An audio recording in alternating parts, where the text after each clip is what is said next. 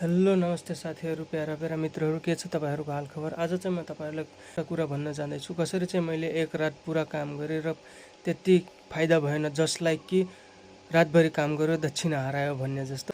मेरो पृष्ठभूमि जतिजनाले यो भिडियो मार्फत टिकटक मार्फत चिन्नुहुन्छ। म चाहिँ इलेक्ट्रिसियन हो, खासमा भन्दाखेरि इलेक्ट्रिसियन हो, र अहिले आएर चाहिँ म एसी फ्रिजको कामहरूमा पनि हात बढाएको छु र काम गर्छु भनौँ। र हाल चाहिँ एउटा इलेक्ट्रिसियनको रूपमा धनगढी उपमहानगरपालिकामा कार्यरत पनि छु र बाहिरको कामहरू चाहिँ फ्री टाइममा पार्ट टाइममा गर्ने गर्छु। त्यहाँ जागिर लाग्नुभन्दा अगाडि चाहिँ म फुल्ली रूपमा इलेक्ट्रिसियनको नै काम गर्थेँ, रिपेयरको, अनि केही ठेक्काहरू पनि लिन्थेँ, वायरिङको ठेक्काहरू पनि पहिले लिन्थेँ म। अब आज म भन्न गइरहेको कहानीको सुरुवात हुन्छ जेठ 5 गतेको दिन, जब कि हिजो र आजको गर्मी तपाईँलाई थाहा होला कस्तो थियो, र योभन्दा ठ्याक्कै 10-15 डिग्री बढी नै थियो। जेठ 5 तिर एकदमै गर्मी थियो, फुल गर्मी थियो। त्यो गर्मीको बेला चाहिँ एउटा स्कुल जो धनगढीमा स्थित बैयाबेडीमा रहेको होप मोन्टेसोरीमा के भयो भने त्यहाँका एसीहरू चाहिँ चल्न थालेनन्। बच्चाहरू, बालबालिकाहरू, साना नानीहरू बस्ने कक्षा कोठामा चाहिँ एसी नचल्न थालेपछि एकदमै तनावको माहौल भयो, गर्मीले हाहाकार मचियो। त्यसपछि त्यहाँबाट फोन आयो, त्यहाँका रिपेयर एन्ड मेन्टेनेन्स हेर्ने मेरो साथी एकजना विजय शाही सरलाई फोन आयो, र उहाँले चाहिँ मलाई हेल्प माग्नुभयो, सँगै मिलेर गरौँ भनेर। के समस्या हो, कसो हो। 3 फेज पनि वायरिङ थियो त्यहाँनिर, तर एसी चलिरहेको छैन, बडा ठुलो समस्या भइहाल्यो। दिउँसै फोन आयो, अझ अहिले आइदिनुहोस् भनेर। म चाहिँ ड्युटीमा थिएँ नगरपालिकामा। मैले भने मेरो ड्युटी 5 बजे सिद्धिन्छ सर, तपाईँले वेट गर्न सक्नुहुन्छ भनेपछि म आइदिन्छु भनेपछि मैले गर्न सक्ने भनेको 5 बजेभन्दा पछि अथवा अँध्यारोबाट सुरु गरौँला, राति निप्टाउँला, के छ कसो छ, लोड ब्यालेन्स छैन, फेजलाई चाहिँ मिलाउँला, लोड ब्यालेन्स गराउँला भन्ने कुरा गरेँ। यस्तो केस चाहिँ एकै ठाउँमा हुने होइन, प्राय स्कुलहरूमा ठुलो बिल्डिङहरूमा भइरहेको हुन्छ। ठ्याक्कै सेम समस्या लगभग 2 साल अगाडि दक्ष इन्टरनेसनल स्कुल हाम्रो तारानगरमा भएको थियो। त्यहाँ चाहिँ गौरव दाइले मलाई फोन गर्नुहुन्थ्यो। त्यति बेला सबै रिपेयर एन्ड मेन्टेनेन्सको काम मैले नै हेर्ने गर्थेँ। त्यति बेला म धनगढी उपमहानगरपालिकामा चाहिँ इलेक्ट्रिसियन जब पाएको थिएन। त्यहाँ चाहिँ यस्तै सेम केस भएको थियो, एसीकै समस्या, केही नचल्ने होइन। दिउँसै फोन आयो एकदम अर्जेन्ट छ भनेर। त्यसपछि दिउँसोको 3 बजेदेखि लगभग काम सुरु गरेको थिएँ मैले। 3-4वटा आफ्नो हेल्पर केटाहरूलाई पनि लगेको थिएँ। त्यति बेला म अब ठेक्काहरू पनि लिन्थेँ वायरिङको, मसँग केटाहरू भाइहरू पनि थिए, र हामी रातिको लगभग 2देखि 3 बजेतिर काम सिद्ध्याएका थियौँ। तर त्यहाँ चाहिँ यस्तो लेनदेनको कुरामा, पैसाको कुरामा, जहाँबाट मैले सामान किनाएँ अथवा हाम्रो मेहनतको पैसाहरू चाहिँ त्यस्तो केही पनि समस्या भएको थिएन। राम्रो व्यवहार भयो, राम्रोसँग पेमेन्ट भयो, अनि वायरिङ पनि राम्रो सक्सेसफुल भएको थियो। तर अहिले जो म भन्न जाँदैछु होप मोन्टेसोरीको केस चाहिँ थोरै डिफ्रेन्ट छ, थोरै पैसाहरूको कुरा छ। ठिक छ, र अगाडि हेरौँ कसरी चाहिँ म र मेरो साथी चाहिँ रातभरि हामीले काम गऱ्यौँ, एकदम अथक मेहनत गरेर, पुरै निन्द्रा सहेर मैले एकदमै मेहनत गरेँ आफ्नो तर्फबाट सकिने जति, र सकेसम्म राम्रो बनाउने कोसिस गरेँ। हेर्नुहोस् अगाडिको भिडियोमा, त्यसपछि लास्टमा कन्क्लुजनमा भन्ने छु के कहानी भयो, के म्याटर भयो। एसी नचलेर बच्चाहरू बिचारा एकदमै घाम सहे। यहाँ आएर हेर्दाखेरि मैले बिफेजमा 50 एम्पियर छ, एउटामा 20 एम्पियर, एउटामा 18, 14, 15 यस्तै कि एकदम लोड अनब्यालेन्स कन्डिसनमा। हेर्दाखेरि मैले 3 फेजको वायर हेरेँ सुरुमा। 3 फेजको वायर त यहाँ गएको छन् होइन, फेज त गएको छन्, तर कसरी गएको छ भने यहाँनिर एउटा फेज गएको छ, एमसी बक्स छ यहाँनिर। त्यसपछि त्यहाँ छ, त्यहाँ एउटा फेज गएको छ, अनि त्यो साइडमा 5वटा एसी छन्, त्यहाँ एउटै फेज। यता 5वटा एउटै फेजले, उता 5वटा एउटै फेजले, त्यसरी गर्दाखेरि अनब्यालेन्स थियो लोड एकदमै। अब त्यसलाई 3 फेजमै पुरै फुल्ली ब्यालेन्स गर्ने हिसाबले भर्खर सामान लिएर आएका छौँ। अहिले 10:40 भएको छ। यी राजा हुन् मलाई फसाउने। अब कति बेला सिद्धिन्छ त्यो पनि थाहा छैन। ठ्याक्कै सिद्धिएर तपाईँहरूलाई देखाउँछु। यहाँ मैले के फिट गर्ने, कसरी डिस्ट्रिब्युट गर्ने। अब पछिबाट वायरिङ भनेको सर्फेसमै हो। हामीले अनआर्मर्ड, यसमा एल्युमिनियम केबल हो 4 कोरकै। अब यसलाई यता बिछाउनु पर्ने, यसलाई यतातिर बिछाउनु पर्ने। अब यो गेट पारिबाट अब अन्डरग्राउन्ड जान सक्दैन, पहिल्यै अन्डरग्राउन्ड लगेको छ तार त, तर 2.5 mm मात्रै लगेको छ, एउटै फेज एक साइडमा। अब 5वटा एसी छन्, बुझ्नु तपाईँ कहानी के होला। हो त यस्तो छ यता कहानी। अनि भोलि जसरी पनि बच्चाहरूलाई चाहिँ स्माइल दिलाउनु छ, चिसो हावा खिलाउनु छ। अनि यस्तो कन्डिसन आयो भने बच्चाहरूको केसमा, मोन्टेसोरीको केसमा, अनि मलाई पनि एकदमै जागेर आउँछ, दया जागेर आउँछ, होइन मैले गर्नै पर्छ भन्ने कुरा। म दिउँसो व्यस्त छु भने, राति नै भ्याउँछु भने 7 बजेदेखि आछु, 10 बजिसक्यो, सामान लेख्दा हेर्दा कन्डिसन के छ, अब चाहिँ सुरु गर्छौँ हामी। फेज अनब्यालेन्स कन्डिसनमा एसी चलाउँदा भोल्टेज ड्रप भएको कन्डिसनमा एम्पियर हाई गएर यस्ता एमसिबीहरू जल्ने रिप्लेसमेन्ट हुने कार्य पहिलेदेखि नै धेरै थियो रे। जसो कि तपाईँ देख्न सक्नुहुन्छ, आगो लागेर एकचोटि चाहिँ धुवै आएको हो रे, तैपनि यो रिपेयर एन्ड मेन्टेनेन्स पहिल्यै गरेका छैनन्। यस्तो त हालत छ यहाँ। केबल ठोक्ने काम सरले गर्नुभयो। म चाहिँ यहाँ एमसिबी बक्समा काम गर्दैछु। यहाँ भइरहेछ, टिपिएन हालेर यहाँ काम भइरहेछ। मच्छर सब यहाँ छन्, हेर्नु होला, यस्तो डेन्जर मच्छर आइरहेछन्, कुरै छोड्दिनु। हो यस्तो छ हालत। छाती खोलेर गर्मीले रातिको अहिले 12 बजे छ, अझै भर्खरै त सुरुवात भयो जस्तो छ। अभी ठीक करके देता हूँ अभी मेरे को पता चला भन्ने जस्तो अब हुँदैछ काम। मच्छर आउनु लाग्यो अनि राजाले के मच्छर धुप जुगाड गरेर मच्छर दबाइदियो। अहिले एक मच्छर छैनन्, बडा आनन्द मिलिरहेछ। नत्र त यस्तो अप्ठ्यारो थियो। राजाले कहाँ किचन सिचन खोलेर चाबी खोजेर अनि बालिदिनु भएको छ। Thank you Raja, thank you so much. यहाँ भ्याइसकेको छ, उता कुनाको पनि भ्याइसक्यो। यता बसबारको काम छ, त्यो पारीको अझै काम बाँकी नै छ। यहाँनिर तार छोडेको छ, कनेक्सन दिनु छ, टिपिएन एमसिबी हाल्नु पर्ने छ, फेज डिस्ट्रिब्युसन मिलाउनु पर्ने छ। बस बार फिटेड।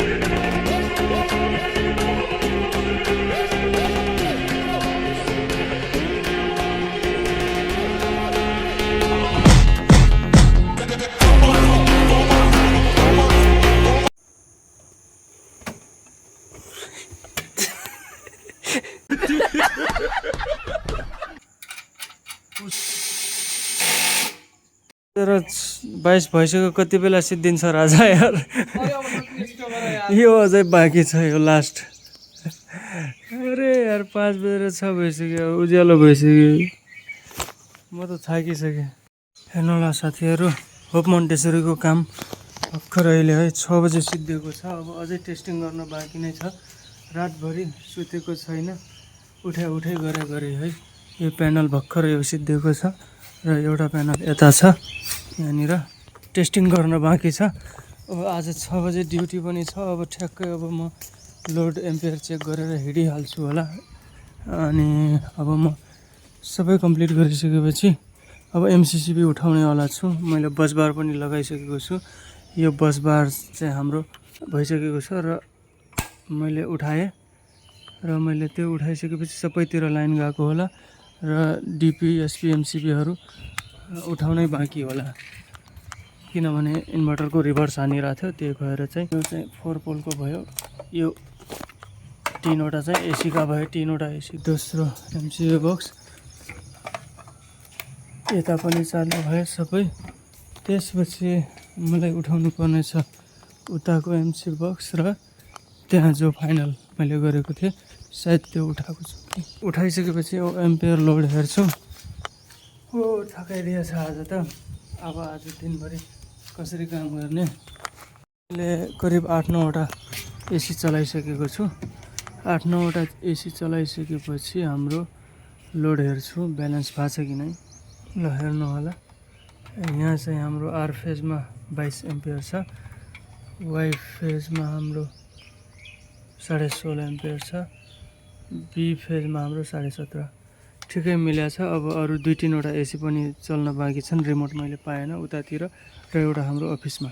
त्यो सबै चल्यो भने अब सबैलाई अलग अलग फेज दिएको छ, एकदम डिस्ट्रिब्युसन गरेर। त्यसपछि ब्यालेन्स नै होला। अब चल्ला आज मजाले। लोड चाहिँ ब्यालेन्सै देखिन्छ अहिले फिलहाल। त्यो 3-4 एम्पियरको त्यति डिफ्रेन्स हुँदैन। कस्तो लाग्यो त मेरो भिडियो अनि रातभरिको मेहनत, कमेन्टमा भन्नु होला।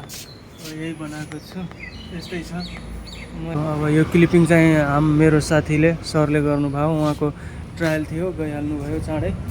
आज 4 पाङ्ग्रेको ट्रायल थियो कारको, त्यसैले। हस् त, धन्यवाद। Have a great day. यहाँबाट केबल बिछाउँदा यो साइड चाहिँ त्यही साइड पऱ्यो, त्यहाँसम्म बिछाउनु पऱ्यो, त्यहाँसम्म। र यो पारी ल्याउनलाई चाहिँ अब यहाँदेखि गर्दा गर्दा गर्दा यसमा बाँधेको छ है, यो केबल 16 mm को। यसरी आएर त्यसपछि पहिलो डिस्ट्रिब्युसन बक्समा गयो, त्यसपछि लास्ट डिस्ट्रिब्युसन बक्स त्यहाँ छ। त्यसरी चाहिँ गरिएको छ। कस्तो लाग्यो भन्नु होला। तपाईँले त भिडियो त हेरिसक्नुभयो। यो चाहिँ करिब ठ्याक्कै 3 महिना अगाडिको भिडियो हो। म चाहिँ फुर्सद नपाएर भिडियो एडिट गर्न अलि झ्याउनै हुन्छ, तपाईँलाई थाहै होला। अहिले जति पनि भिडियो अलिकति एडिट गरेर हाल्नुहुन्छ, नर्मल एडिट गर्दा पनि लास्टै झ्याउ लाग्छ मलाई त। र अलिअलि व्यस्त टाइम भएको कारणले पनि एडिट गर्न झ्याउनै लाग्छ। किनभने एकचोटि सुरुवात गऱ्यो भने 1-1.5 घन्टा 2 घन्टा कहिलेकाहीँ खान्छ। 5-10 वटा भिडियोलाई एडिट गरेर कट गरेर ट्याक्क राम्रो कुरा पाठहरू मिलाउँदाखेरि लामो हुन्छ। फुल भिडियो चाहिँ हाल्दाखेरि चाहिँ धेरै लामो हुन्छ कि धेरै लामो भिडियो तपाईँहरू हेर्न मन पराउनुहुन्छ। र यहाँ म तपाईँलाई भन्छु के भएको थियो भनेपछि, यो चाहिँ हामीले सामान राति किनेर ल्याएको थियौँ। राति 10:40 बजेदेखि काम सुरु भएको थियो भनेपछि 10 बजे चाहिँ हामी पसलमा पुगेको थियौँ सामान किन्न। र यहाँ चाहिँ सामान दिने साउजीले पनि एकदमै सहायता गर्नुभयो, थ्याङ्क यू भन्छु म। र जीवन बिजुली भण्डार चाहिँ जो बस पार्कको अगाडि उत्तरतिर छ, टेम्पल रिसोर्टको दक्षिण चोकमा। र त्यहाँ चाहिँ जीवन दाइले चाहिँ हामीलाई 10 बजे राति पनि सामान निकालिदिनु भयो। एक्लै भएर पनि म पनि लागेँ, अनि सामानहरू टारहरू काट्नुमा हामीले पनि लाग्यो। र त्यसरी चाहिँ सामान दिनुभयो। सामानको टोटल बिल चाहिँ हाम्रो 44,000 समथिङ कति भएको थियो। र हामीसँग गएका जो होप मोन्टेसरीका अब प्रिन्सिपल हुन् या को हुन् ठ्याक्कै मलाई थाहा छैन, तर मलाई जहाँसम्म लाग्छ उहाँ प्रिन्सिपल हुनुहुन्छ। र उहाँले चाहिँ 20,000 पेमेन्ट गर्नुभयो, बाँकी चाहिँ क्रेडिट भयो। अब त्यति भइसकेपछि जीवन दाइले पनि नाइ भन्न सक्नु भएन। पहिले पनि थोरै सायद व्यवहार गर्नुभएको थियो होला। र हाम्रो मुख हेरेर पनि अब त्यति राति आएको छौँ, हामी त उहाँबाट सामान लग्छौँ भनेपछि उहाँले हाम्रो विश्वासमा भए पनि सामान चाहिँ दिनुभयो होइन। त्यसपछि हामी गयौँ, काम गऱ्यौँ, सबै कुरा भयो, निप्ट्यो काम। दोस्रो दिन हाम्रो पेमेन्ट पनि मेहनतको पेमेन्ट चाहिँ भयो भनौँ भयो। अब साथीले चाहिँ मलाई हाफ पेमेन्ट गर्नुभयो, हाफ गर्ने भनेको थिएँ, किनभने दुइटा हामी इलेक्ट्रिसियन भए। अब काम पनि उहाँको माध्यमद्वारा मैले पाएको थिएँ, त त्यसमा मैले ठुलो रकम क्लेम गर्न सक्दैन, किनभने दुवै मिलेर गरेको। अब बाँकी कुरा के छ भने, हाम्रो बाँकी रह्यो पेमेन्ट 24,000 समथिङ केही थियो, मलाई ठ्याक्कै याद छैन। अब त्यो पेमेन्ट चाहिँ पाउन हामीलाई लगभग 3 देखि 4 हप्ता लागेको थियो। जबकि हामीले भन्दा परेशान होइन। जो मलाई कन्ट्याक्ट गराउनु भयो विजय शाही सरले, उहाँले पनि फोन गर्दा मैले भने तपाईँको त चिनेको हो यार, तपाईँद्वारा काम आएको भन्नु पऱ्यो होइन। त्यसपछि त्यसरी पनि भन्दा गर्दा आएन पैसा। र जीवन दाइले चाहिँ आफै गएर, उहाँ पनि पहिले कारोबार गरिसक्नु भएको थियो, अलिकति गाह्रो छ पैसा निस्किनु भन्नुहुन्थ्यो। पहिले पनि मैले गरेको छु भनेर उहाँसँग काम व्यवहार। र उहाँ चाहिँ जानुभयो, स्कुलमै गएर चाहिँ भन्नुभयो, कति पटक भन्नुभयो। त्यसपछि बल्ल आएको थियो एकदमै अप्ठ्यारोले 20,000 मात्रै। त्यसपछि बाँकी रह्यो हाम्रो 4,370 समथिङ त्यस्तै बाँकी छ जस्तो मैले सुनेँ। र त्यो अझैसम्म जहाँसम्म मलाई लाग्छ, मलाई चाहिँ खबर आएको छैन है, पसलबाट आयो या आएन भन्ने कुरा। अब जतिपटक म गएको छु पेमेन्ट आएको छैन, तपाईँहरूले भन्नुहोस् निकाल्नुहोस् भन्ने कुरा गर्नुभएको छ। र मैले अब कतिपटक फोन गर्दा मेरो फोन चाहिँ रिसिभ भएको छैन। जबकि समस्या परेको थियो त्यो दिन, बच्चाहरू गर्मीले रोइरहेको थियो, तब अभिभावकहरूले चाहिँ मेरो टाउको खाइसके। म त रुनु न बाँच्नु भएको छु यार, मर्नु न बाँच्नु भएको छु, मलाई त मार्ने जस्तो गरेको थिएँ। भाइ जसरी पनि आइदिनु भनेर हात जोड्दै थिएँ, बिन्ती गर्छु भाइ आइदिनु। बच्चाहरू त सहनै सक्दैन गर्मी एकदमै। मैले पनि त्यो बच्चा भनेर प्रायोरिटी दिएर गएको हो, र बच्चा भनेर नै रातभरिमा सोल्भ गर्ने कोसिस गरेको, किनभने दोस्रो दिन स्कुल लाग्ने थियो। त्यति मेहनत गरेँ, त्यति कोसिस गरेँ होइन। त्यसपछि हाम्रो मार्फत हामीले रातिको टाइममा पनि क्रेडिटमा सामान लग्यौँ जीवन बिजुली भण्डारबाट। तर अब यस्तो कहानी भइदियो कि यो 4,000 यो पेमेन्टै भइरहेको छैन, फोन पनि उठिरहेको छैन। अब जीवन दाइले चाहिँ जब 4,000 को लागि चाहिँ उसलाई के कति होइन भन्ने होइन, घचघच्याउने बल्ल त 20,000 आएको थियो। अब त्यो पनि पेमेन्ट कस्तो भएको थियो भने, हामीले बिहिबारको दिन हो सायद वायरिङ गऱ्यौँ या शुक्रबारको दिन, र आइतबार फर्स्ट आवरमा 10 बजेभित्र चाहिँ तपाईँको पेमेन्ट आउँछ, बाँकी 24,000 समथिङ जे थियो नि त्यो आउँछ भन्नुभएको थियो। तर त्यो कति आइतबार गए थाहै छैन, बल्ल 20,000। अब त्यो 4,000 बाँकी छ, त्यो ब्याड डेफको रूपमा राखौँ या के गरौँ। अब यस्तो कहानी त तपाईँहरूसँग पनि हुन्छ होला।